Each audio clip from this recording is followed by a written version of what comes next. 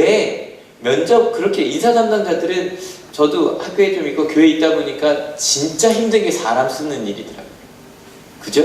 사람 하나가 얼마나 큰 영향을 끼친 줄 아는데 그걸 담당한 인사 담당자들이 왜 인상을 그 취업을 할 때 뽑을 때 감안을 하냐는 거예요. 근데 여러분 왜인 것 같으세요? 왜 사람한테 잔잔한 미소를 짓고 그렇게 해야만 하는 걸까? 실은 이유는 간단합니다. 같이 한번 읽어볼게요. 준비 시작. 인상이기 때문에. 정말요, 표정이요 마음을 드러낸다. 한번 옆 사람 얼굴 한번 이렇게 보시겠어요? 어떻게 말하나? 표정을 보시면서 옆 사람 표정을 한번 읽어보세요.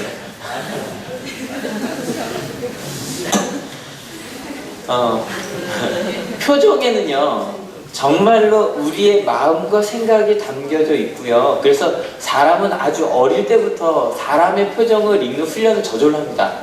엄마의 얼굴을 보면서 엄마가 웃으면 나도 웃는 거고요. 엄마가 웃지 않으면 나도 웃지 않는 거예요.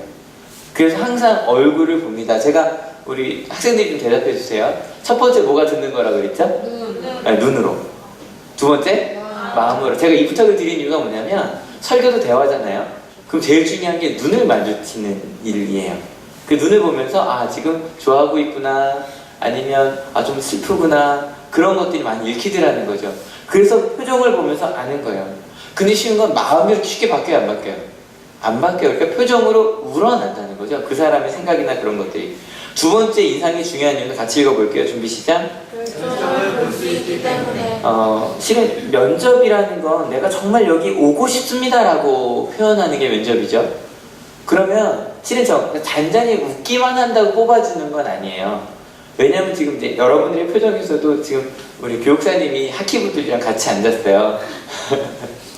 저를 봐주세요. 학기부 친구들 저 봐주세요. 고개 들어주세요. 고개 들어주세요. 이렇게 보게 하는 이유가 뭐냐면 실은요 저런 게 있어요. 제가 학기부 친구들도 다 마찬가지예요. 갑자기 다른 일을 이렇게 하다가도요 내가 좋아하는 사람이 앞에 나오면 갑자기 봐요. 그리고 말을 잘 못하는 사람들도요 내가 정말 좋아하는 이야기를 하면 갑자기 본문 터지듯이 막 말이 나와요. 면접할 때 질문 딴 거 안 묻죠, 그죠?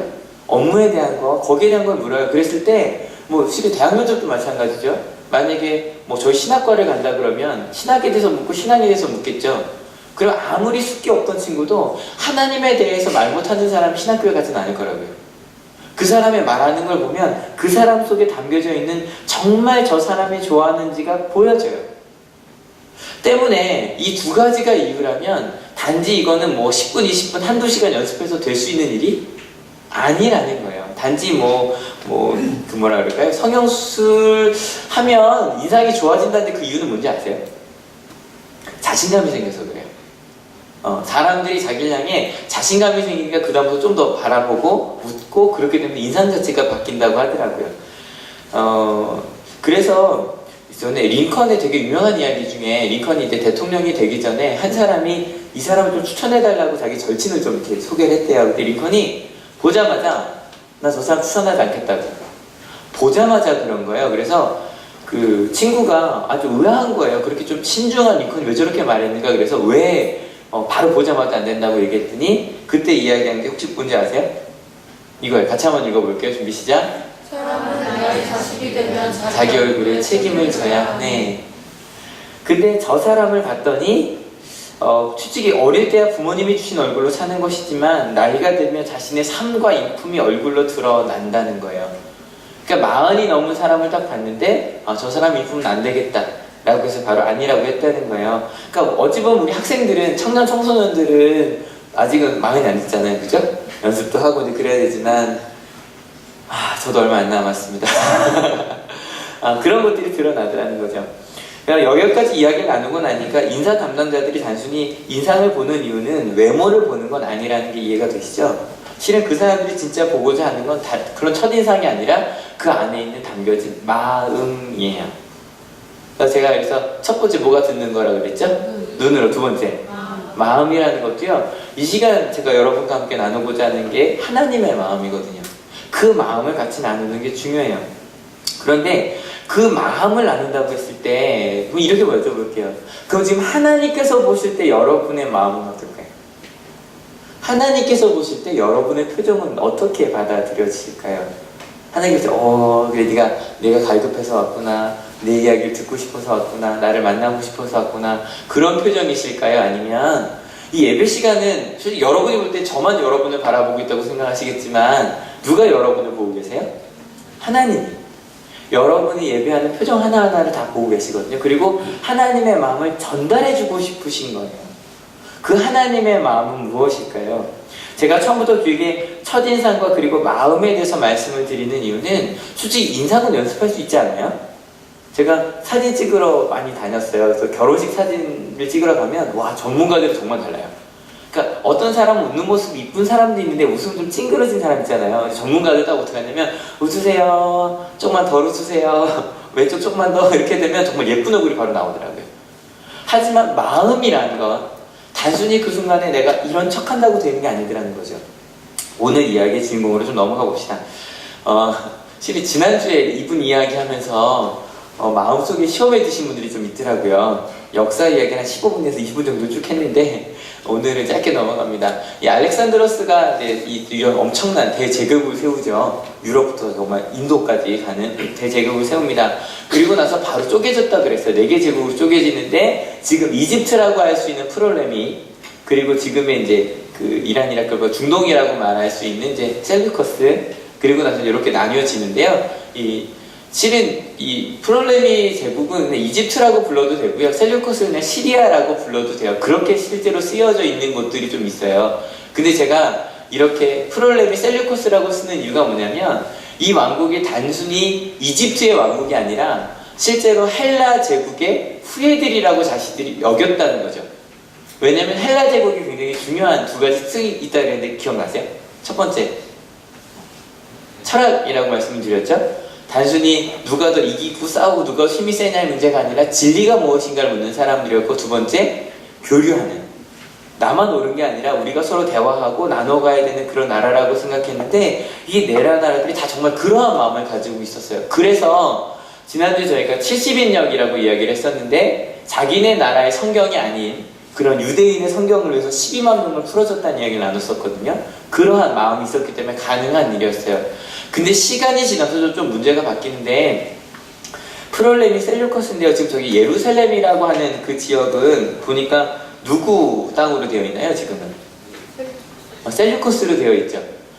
148년에, 아니군요. 107, 제가 숫자 약한 거 이해하시죠? 셀루커스 왕국이 198년에 유대 땅을 정복을 합니다. 근데 처음에는 별로 문제가 되지 않았어요. 그냥 예전처럼 유대인들이 예배하는 것들 그냥 인정해 주었었거든요. 근데 문제가 이 셀루커스가 여기 보시면 굉장히 커요. 제일 크죠? 제일 큰 왕국이었고 실은 로마가 거기 밑에 있는 카르타고랑 전쟁을 벌입니다. 혹시 역사 좋아하시는 분들은 이 전쟁이 뭐죠? 네, 포에니 전쟁이 2번에 걸쳐서 있는데 역시 역사 선생님들 바로바로 나오시는 그리고 나서 이 카르타고가 이제 로마한테 지죠. 그래서 카르타고의 제일 유명한 장군 한니발입니다. 다 들었던 이름들이 좀 나오죠. 한니발 장군이 어떻게 되냐면 저 셀루커스로 도망을 갑니다. 그래서 이 셀루커스 같은 경우는 돈도 제일 많았고요. 그리고 이제 그 당시 최고의 영웅인 한니발이 자기네 팀이 된 거예요. 그래서 내가 이제 누구랑도 싸울 수 있다고 생각했냐면 로마랑도 싸울 수 있다고 생각을 했어요. 로마가 막 터지고 있었거든요. 그래서 로마랑 전쟁을 벌입니다.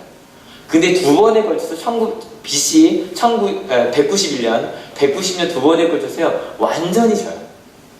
그러고 나서 그 안티오쿠스 3세가 완전히 패배하고 난 다음에 그 지고 나면 이제 그 전쟁 뭐라 그러죠? 그거를 보상금을 지불을 해야 되잖아요. 5,000달란트라고 하는 엄청난 금액을 갑자기 지불해야 됐어요. 그래서 금을 끌어모아서 갖다 줘야겠는데 여러분 금이 제일 많은 곳이 어디였을까요? 모든 나라에 금이 제일 많은 건 성전이었어요. 그래서 이 안티오쿠스 3세가 그 전까지는 그냥 예전처럼 지내다가 5,000달란트를 갚아주기 위해서 모든 나라에 있는 모든 신전에서 압류하기 시작해요. 금과 은과 모든 재물들을. 생각해보세요. 우리 신앙을 예배하지 못하게 하는 거예요. 사람들이 싸우기 시작하겠죠. 그래서 이 안티오쿠스 3세도 그 암살을 당하고 그 아들인 셀루커스 4세도 암살을 당합니다. 그리고 나서 드디어 이제 안티오쿠스 4세 에피파네스라는 사람이 왕이 됩니다. 이 사람은 굉장히 중요해요. 이 사람 이름만 좀 아시면 돼요. 이 안티오쿠스 4세가 에피파네스라는 그 이름의 뜻이 신의 현현이라고 하는데, 이 사람이 아빠가 로마한테 졌을 때 실은 포로로 끌려가요. 로마로 끌려가서 그 천진부모를 보는 거죠. 보면서 마음속에 야, 내가 진짜 실은 그리스 로마 신화라고 제가 이어서 이야기하잖아요. 로마로 끌려갔지만 그 로마의 신앙, 그리스의 신앙을 내 것으로 삼아야겠다고 생각해서 이 사람이 왕이 되고 난 다음에 모든 것들을 다 그리스식으로, 로마식으로 강압적으로 바꾸려고 노력을 합니다. 그리고 자기가 굉장히 강했다고 생각을 했기 때문에 처음에 어디로 쳐들어가냐면 프롤레미로 쳐들어가요. 이집트로. 근데 거의 셀류커스가 이길 뻔했어요. 왜냐면 처음에 어떻게 했냐면 첫인상과 마음이 다르다 그랬죠. 처음에 가서 평화협정을 맺자고 해요. 왜냐면 로마가 강대하니까, 우리가 같은 그리스의 제국이니까, 헬라 제국이니까 우리가 한 힘을 모으자. 그래서 평화협정을 맺고 난 다음에 몰래 쳐들어갑니다. 그래서 프롤레미를 거의 점령할 뻔했는데 누가 출동할까요? 로마가 출동을 합니다. 그래서 어쩔 수 없이 패배하고 돌아오는 길에 오다 보니까 여기가 어딜까요? 예루살렘이에요. 예루살렘에 가서 항상 이 천마, 그러니까 겉모습과 속마음이 다르다는 건 뭐냐면 겉모습만 포장한 사람들이거든요. 그 사람들의 가장 큰 특징 중 하나가 뭐냐면 뭐가 잘못됐어요? 내 탓이에요? 남 탓이에요? 남 탓합니다. 그래서 내가 이렇게 진 이유는 뭐냐면 우리가 다 제우스한테 예배를 잘 드렸어야 되는데 너희 예루살렘에 있는 유대인들이 너희 하나님을 섬겼기 때문이다. 그래서 꼭 그런 얘기 하잖아요. 종로에서 뺨 맞고 한강 가서 화풀이 한다고. 그렇게 해서 화풀이를 하는데, 이 셀류커스가 하는 건 단지 그 화풀이 정도가 아니라요, 엄청난 박해가 시작이 돼요. 그러니까 어느 정도로 심하게 하냐면 처음에 가자마자 유대인들은 절대 돼지고기를 먹지 않아요. 근데 돼지고기를 일부러 먹이고요. 그리고 예루살렘 성전에서 돼지를 잡아서 제우스 신에게 예배를 드립니다. 그리고 나서 이스라엘 사람들은 남자면 누구든지 할례라는 걸 받아야 되는데 할례를 받은 사람들 다 죽입니다. 심지어는 그 명령을 어기고, 좀 설교 시간에 말씀드리긴 그런데, 할례를 행한 자들이 있으면 그 엄마를 죽인 다음에 갓난아이를 그 엄마의 목에 달아버렸어요. 그리고 그 가족들까지 다 죽여버렸어요. 그리고 성경책을 다 태워버립니다. 그리고 성경책을 가지고만 있어도 그 가족을 다 죽였어요. 엄청난 박해가. 근데 여러분, 이런 박해를 왕만 했을까요? 아니죠. 유대인들 중에, 심지어는 그 중에 제사장들 중에서도 거기에 붙어서 희생제사를 자기들이 파해버리고, 심지어 서로 감독관이 됐었고, 우리나라에 옛날에 조선의 일제시대 때 한국 조선인 순사가 있었던 것처럼 그렇게 서로를 죽이는 일들이 계속 반복이 됩니다. 그래서 이때 원래 에피파네스라는 말을 신의 현현이라고 그랬잖아요. 유대인들이 에피파네스를 에피파네스라고 안 부르고 에피마네스라고 불렀답니다. 뜻이 뭐냐면 미친놈입니다. 그래서 왕은 자기 신의 현현이라고 부르는데 유대인들은 미친놈이라고 부르면서 그 어려움을 겪어냈어요. 그래서 그때 처음으로 순교자라는 말이 나왔고요. 실은 한자로도 보면 가르침에 따라 죽는 사람들이거든요. 말씀을 지키기 위해 스스로의 목숨을 끊는 이들이 처음으로 생겨나기 시작했어요. 그래서 요 시대 상황을 실은 저희 성경에는 저희가 친구약 중간기라고 했잖아요. 성경에 쓰여 있지 않아요. 근데 실은 가톨릭 성경을 보면 마카베오서라는 게 있어요. 이걸 잘 이해해 주셔야 돼요. 이게 외경이라고 불러요. 이건 외경이 있고 위경이 있어요. 외경은 뭐냐면 신구약 중간기가 없는 이유는 제가 지난주 말씀드렸잖아요. 70인역이 300년경에 만들어졌거든요. 그러니까 그 다음에 쓰여진 건 하나도 담겨져 있지 않아요. 근데 그 뒤에도 성경은 쓰여졌겠죠. 그래서 그것까지 받아들이는 게 보통 그 70인역 외에 있다 해서 외경이라고 부르고요. 그래서 외경은 잘못된 성경이 아니에요. 근데 이제 그 신약 쪽에 가면 위경이라는 게 있어요. 잘못된. 이제 그런 건 넘어가고, 이제 외경이라는 데 보면 거기 마카베오서 상에 보면 이런 얘기가 나옵니다. 같이 한번 읽어볼게요. 그러나 이스라엘에는 부정한 것을 먹지 않기로 굳게 결심한 이들도 많았다. 그들은 음식으로 더럽혀지거나 거룩한 계약을 모독하느니 차라리 죽기로 작정하였다. 그리고 그렇게 죽어갔다. 크나큰 진노가 이스라엘 위에 내린 것이다. 굉장히 비장하지 않아요? 차라리 죽는다는 거예요. 그들은 선택해야만 했어요. 말씀대로 살아갈 것이냐, 아니면 내가 말씀을 말씀대로 똑같은 말이네요. 쓰고 나니까. 그죠? 죽을 거냐 아니면 말씀 어길 거냐 이렇게 되는 거죠. 말씀대로 살다가 죽을 거냐 그 두 가지를 결정해야만 했어요.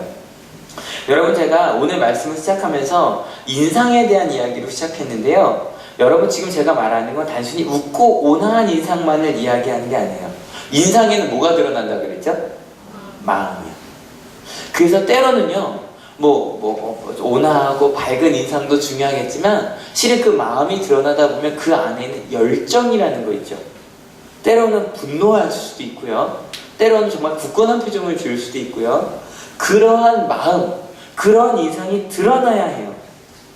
여러분 지금 이 말씀을 듣고 있는 여러분의 표정은 어떨까요? 계속 제가 표정을 얘기하네요. 여러분의 표정은 어떨까요? 정말 말씀을 듣고자 하는 열정이 여러분 가운데 있으십니까? 아니면 그냥 주일이니까 교회 나와서 그냥 똑같이 시간 지나가겠지 그러고 앉아 계십니까? 여러분 그 사람들의 표정이 어땠을까요? 칼을 갖다 대놓고 얘기하는 거죠. 너 말씀대로 살 거야? 아니면 제우스 신에게 절할 거야? 라고 말할 때 나는 차라리 죽겠습니다 라고 말했던 그 사람들의 표정은 어땠을까요? 그들의 열정이라는 말을 제가 좀 개인적으로 좋아하는데 그 가운데 담겨진 결단은 어떤 것들이었을까요? 그래서 성경에 가끔 천사의 얼굴이라는 단어가 나와요. 근데 저희는 천사의 얼굴이라고 하면 어떤 거 생각해요? 아기 천사 빵긋빵긋 그죠? 근데 성경에 나온 천사의 얼굴은 뭐냐면 실은 미카엘 막 이런 하나님의 천사들이 근엄한 표정을 짓는 걸 천사의 표정이라 그래요. 결단하는, 결의에 차이는 그런 모습들이요.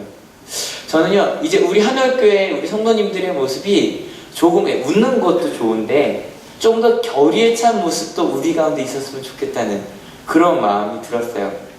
어쨌건 말씀을 포기하라고 하나님을 버리라고 말하는 그런 왕의 군사들 앞에서 그들은 생명을 거는 눈빛을 보냈어요. 그 중에 한 명이 있었습니다. 마타디아스 하스몬이라고 하는 제사장이 예루살렘 성전에서 제우스한테 그 제물을 바치는 걸 막아요. 그리고 나서 외칩니다. 뭐라고 외치냐면 율법에 대한 열정이 뜨겁고 계약을 지지하는 이들이 있다면 모두 나를 따라오시오. 그러고선 예루살렘을 떠나서 광야로 내려가 버립니다. 굉장히 많은 이들이 이 마타디아스를 따라 광야로 내려갑니다. 광야는요 말 그대로 사막 같은 곳이에요. 사막인데 산이 있고 동굴이 많거든요. 거기 들어가 살기 시작했습니다. 그래서 이제 왕의 군사들이 막 쳐들어가는 거예요. 죽이려고.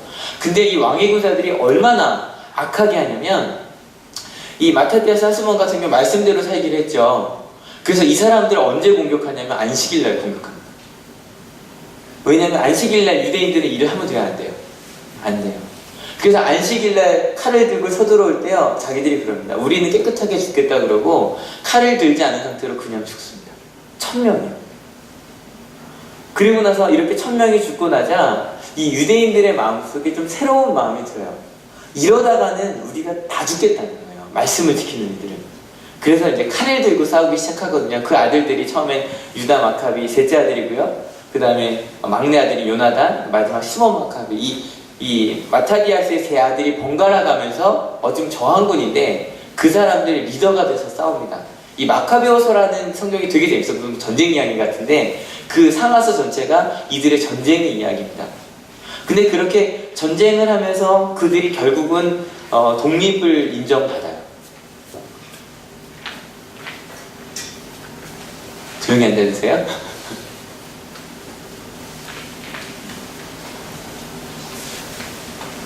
예, 중요한 일이 있나봐요.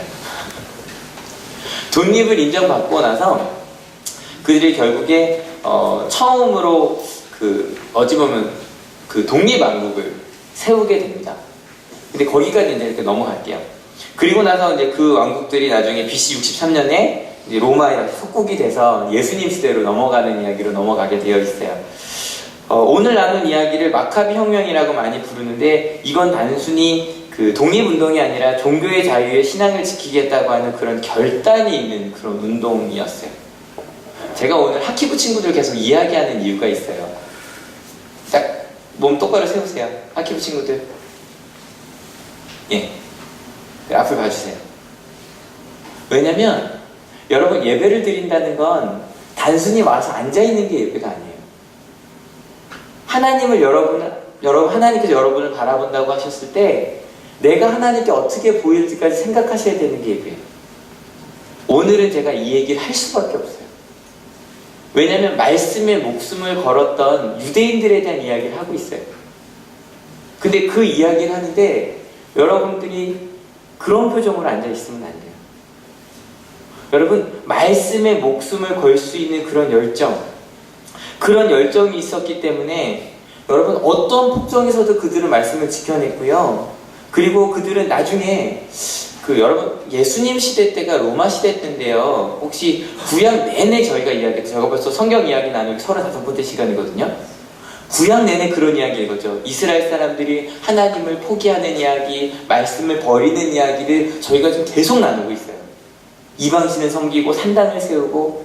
근데 여러분 혹시 예수님 시대에 예수님 이야기 읽으면서 유대인들이 혹시 이방인을 섬겼다는 얘기를 읽어보신 적 있나요?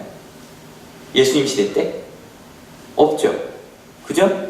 구약시대 내내 그들의 문제였던 산당을 세웠다는 얘기가 신약에 있나요? 없죠.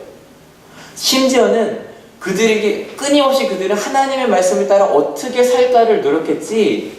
저희는 뭐 율법주의 이것저것 이야기하지만 구약에 있던 문제가요, 예수님이 등장하시는 그 AD 1년 그 시기에는요 전혀 드러나지 않아요. 심지어는 그때가 로마의 지배를 받고 있었음에도 불구하고요. 그들이 왜 그랬냐면 이런 어려움에도 불구하고 그 열정을 지키는 이들이 있었다는 거예요. 여러분, 말씀은요 이 자리에 앉아있다고 신앙인이 되는 게 아니에요.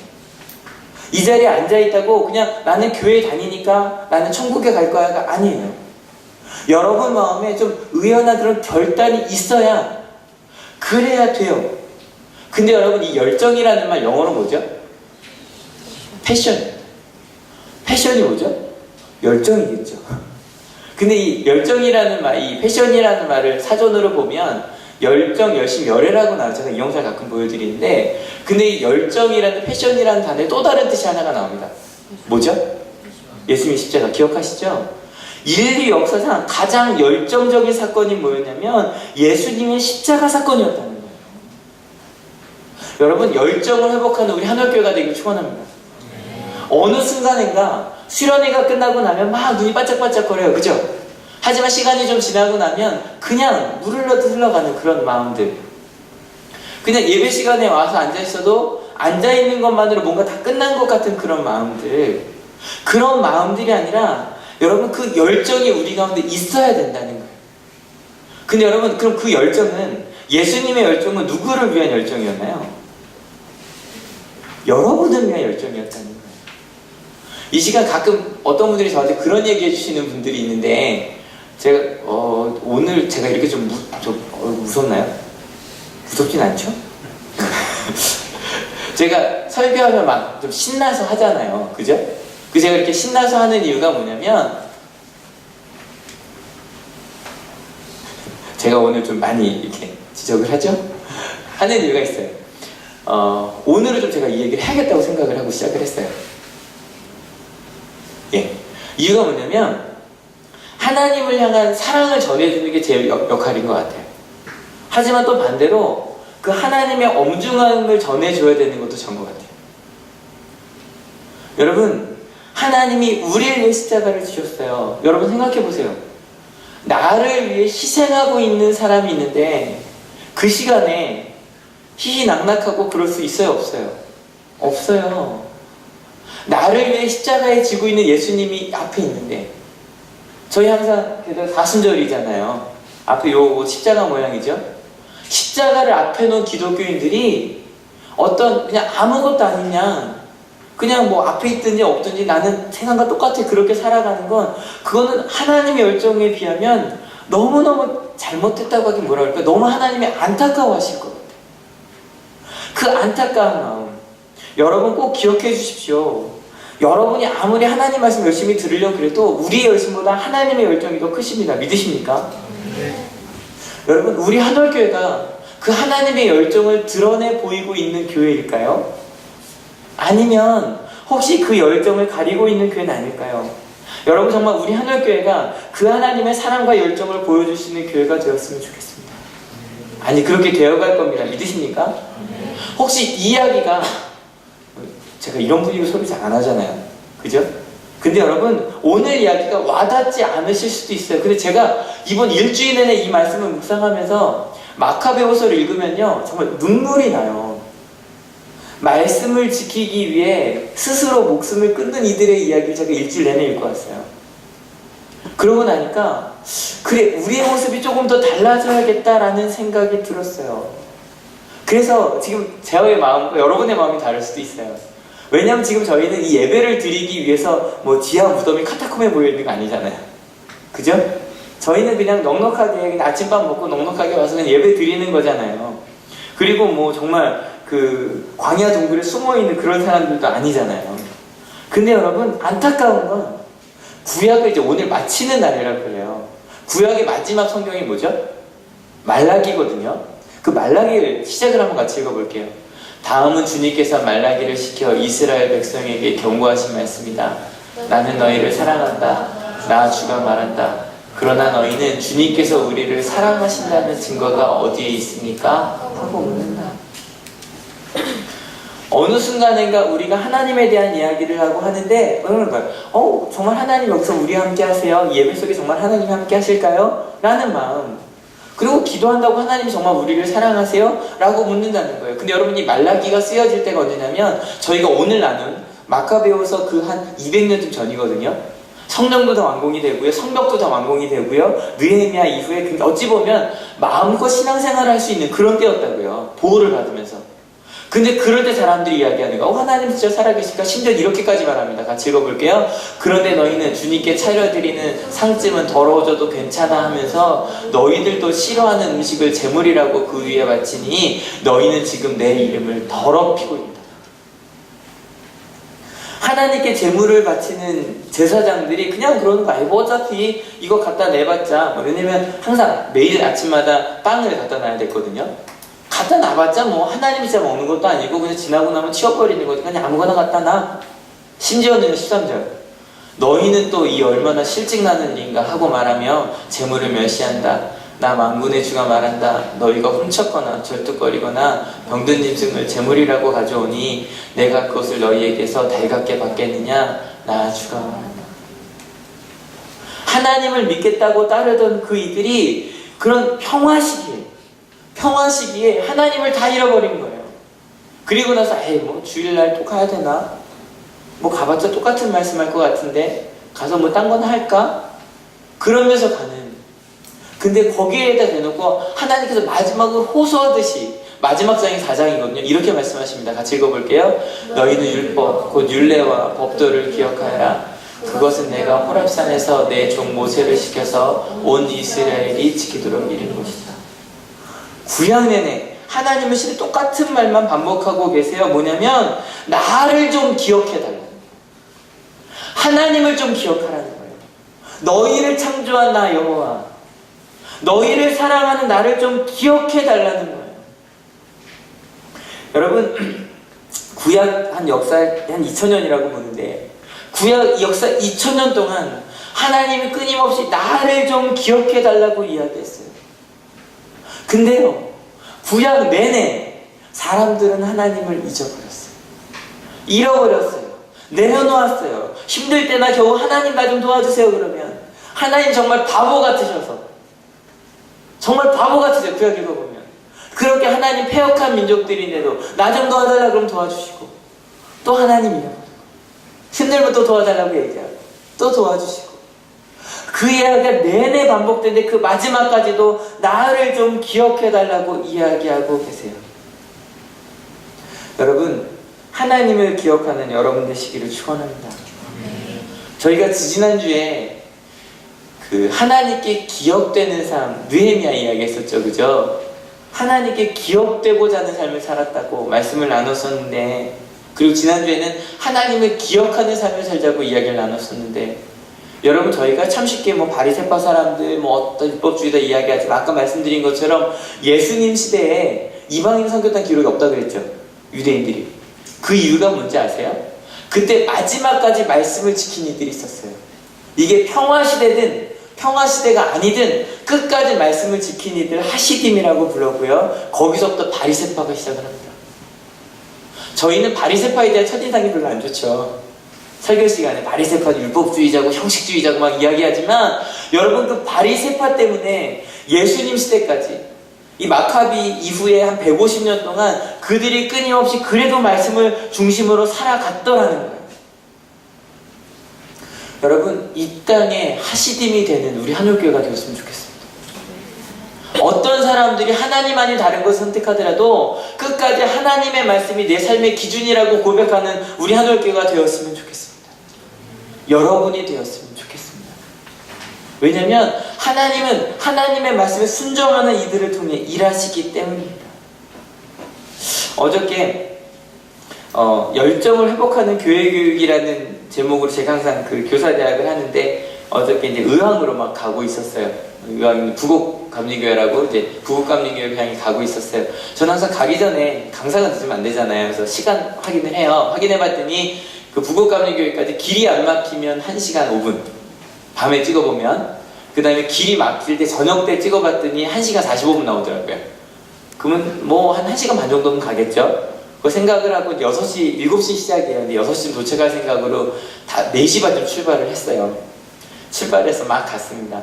근데 가는데요. 요즘에는 이제 내비게이션이 실시간으로 반영을 하잖아요. 자꾸 얘가 길을 딴 데로 저를 인도하는 거예요. 길이 막히나 보다로 갔어요. 근데 바뀌면 바뀔수록 점점 도착하는 시간이 늦어지는 거예요. 분명히 5시 50분 도착하는 거 딱 보고 출발했거든요.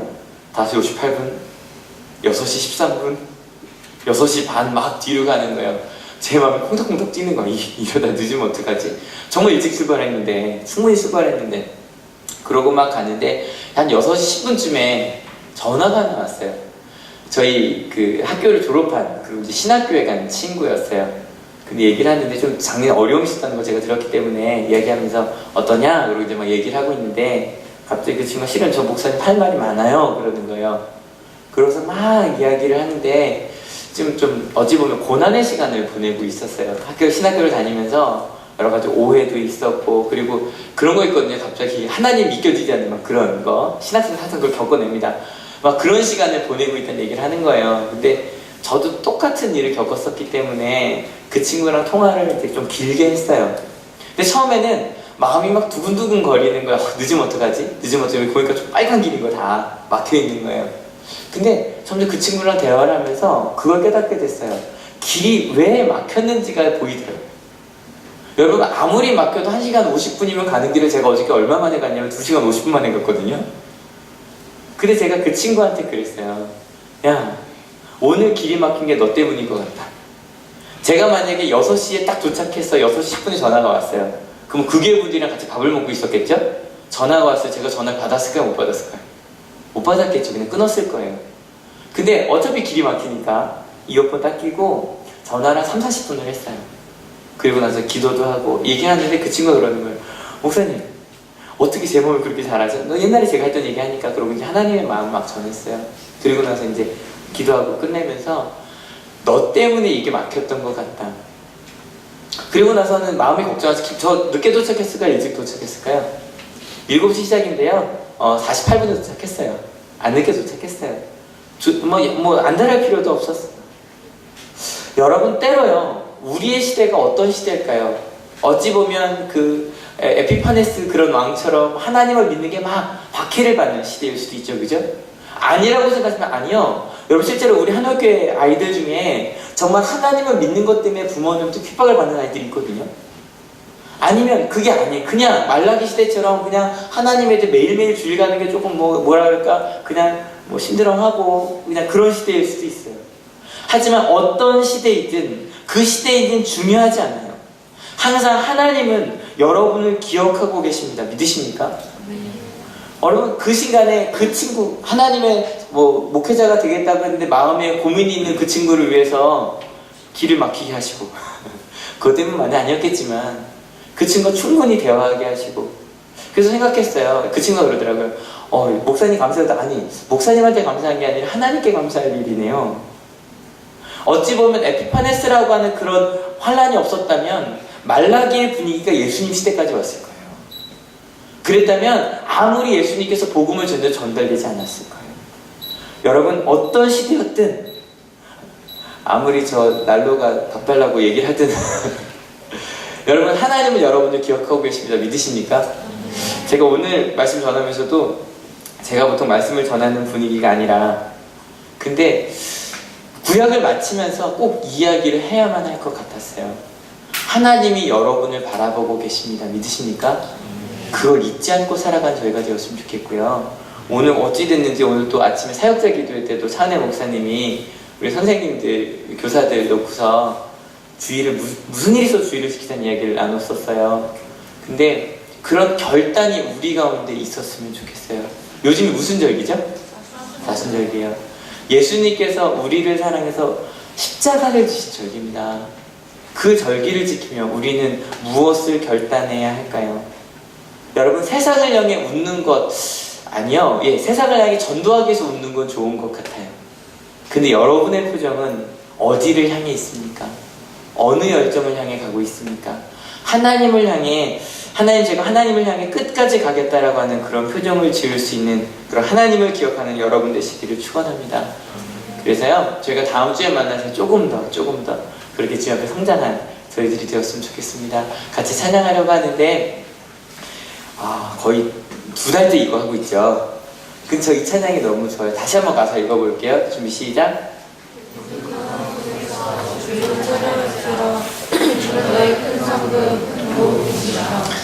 여러분, 여러분이 어떤 상황이 있는지 모르겠어요. 그런데요, 하나님을 예배하기로 찬양하기로 결단하신 여러분들 시도 축원합니다. 더 읽어볼게요. 준비 시작. 주의 얼굴 구할 때 주의 영을 부으사 크신 사랑 안에서 주를 보게 하소서. 무엇을 보고 싶으십니까? 무엇을 보기 위해 살아가십니까? 많은 친구들이요, 이번 주에 해풍달 결방됐다고 화내더라고요.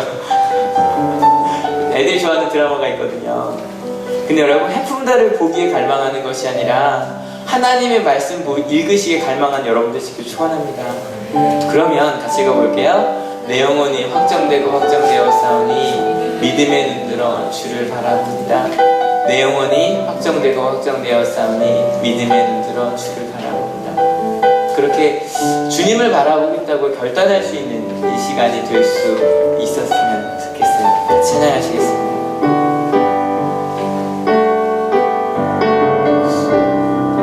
모든 상황 속에서 주를 찬양할지라.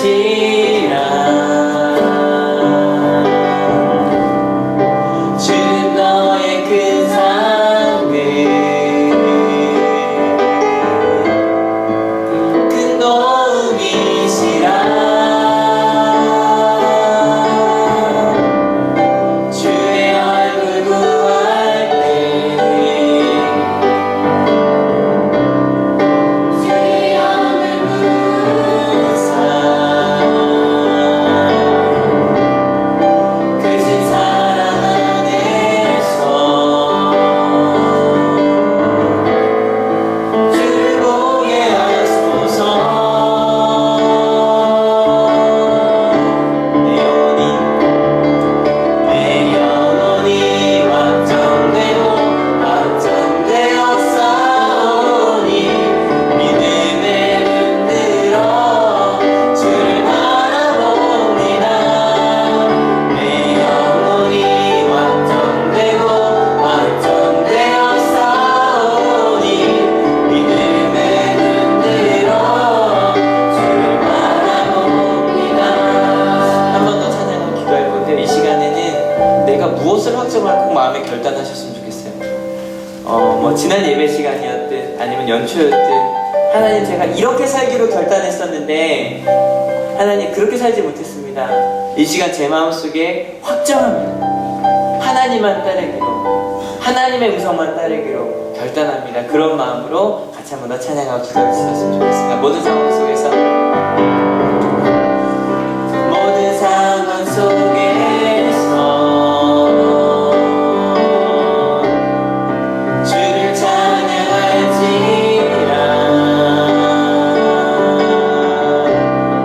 주는 너의 큰 상급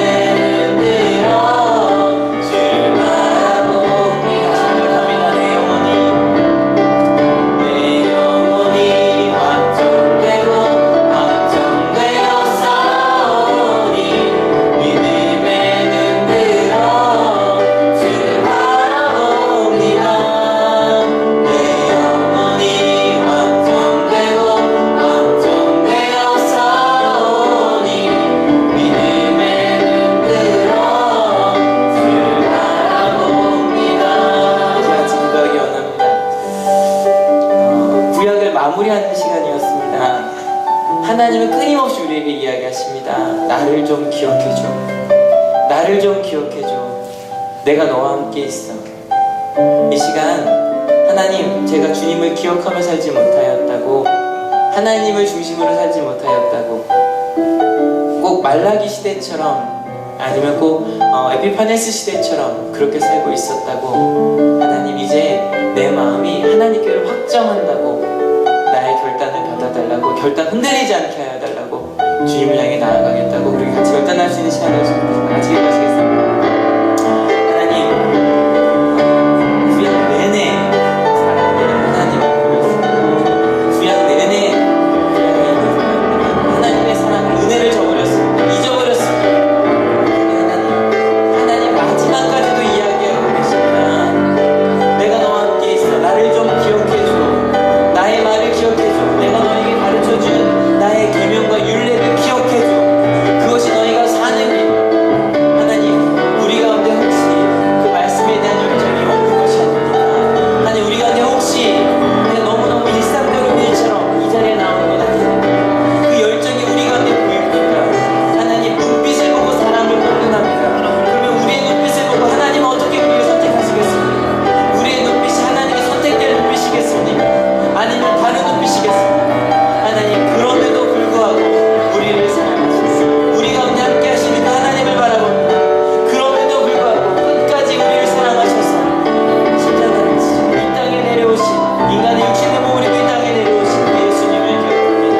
하나님, 이 시간 우리가 하나님을 기억하는 삶을 살겠다고 결단하오니 하나님, 우리 가운데 역사하시고 함께하여 주셔서 하나님, 그 하나님께서 나의 내 삶의 주인이시라고 온전히 고백하는 우리 하늘교회가 되게 하여 주시옵소서. 하나님, 구약을 마치려고 하는데 마음이 너무 아팠습니다. 왜 하나님은 마지막까지도 나를 기억하라고 말씀하실 수밖에 없었을까? 왜 구약에 있는 이스라엘 백성들은 끝까지 하나님을 버렸을까? 포기했을까? 그런데 어찌 하나님은 끝까지 그를 붙드셨을까? 끝까지 그들을 포기하지 않으시고, 아니 우리를 포기하지 않으시고 어찌 인간의 육신을 입고 이 땅에 오셨을까? 그런 끝까지 버렸던 우리를 위하여 어찌 십자가를 지었을까? 그 하나님의 사랑을 기억하게 되었습니다. 하나님, 하나님을 잃어버리는 그 시대에, 뒤틀어지고 구부러진 시대에 하나님의 말씀을 끝까지 붙들었던 하시딤처럼, 그리고 마카비 혁명을 이끌었던 그들처럼 하나님, 이 뒤틀어진 시대에 하나님의 말씀을 온전히 붙드는 우리 하늘교회가 되게 하여 주시옵소서. 세상이 어떤 길로 갈지라도 우리 하늘교회는 모든 가정들은 하나님을 우리 가정의 중심으로 모시고 우리 주인으로 모시고 하나님의 말씀을 따라 살아가는 하나님, 우리 하늘교회 가정들이 다 되게 하여 주시옵소서. 하나님, 우리 하늘교회의 주인은 하나님뿐이십니다.